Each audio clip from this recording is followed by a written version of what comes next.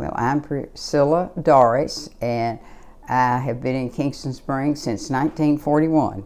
I'm 81 years old, and I was brought home from the hospital to this house. My dad grew up in this house, and my sibling and I grew up in this house, and our children grew up part of their childhood in this house, so this is home.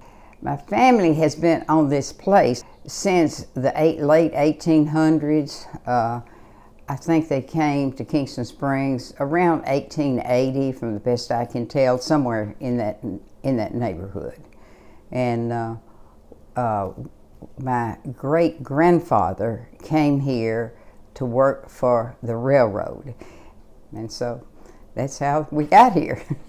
The hotel that's here was built around 1890, and I still have the architect's drawings of that.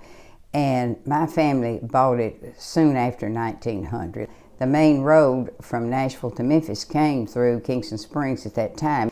And back in those days, people didn't have cars to take long trips, and all over Tennessee, or in several places in Tennessee, there were springs where the water from the springs was supposed to be curative, and so people would come to the springs and drink the water. And the hotel had a bowling alley, and at one point there were 13 cottages along with it, and people would come from Nashville and spend the summer and rent the cottages. And the railroad, the train came as far as Kingston Springs at that time, and the dads could ride back and forth to Nashville to work on the train every day, and the families stayed here. And there was a lot of fishing and hunting and so forth. And it was one person that could remember when it was in operation said that it was really fun for the young girls to go down and look at the ladies, because they came here on the train, because there weren't cars at that time.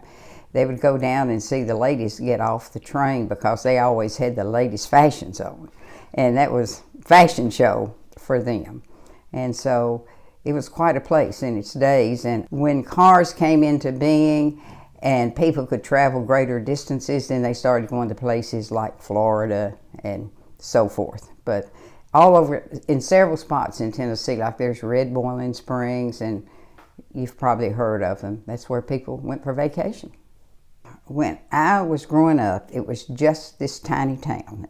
It was a tiny town, and farms all around Kingston Springs. Dirt roads, not a whole lot of people didn't have electricity, believe it or not, at that time. I can remember many people didn't have electricity.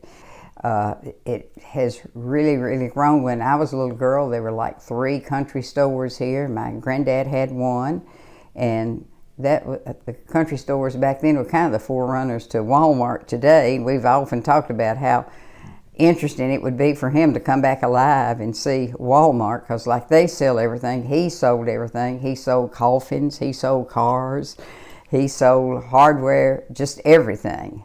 I'm one of the few families that still live here.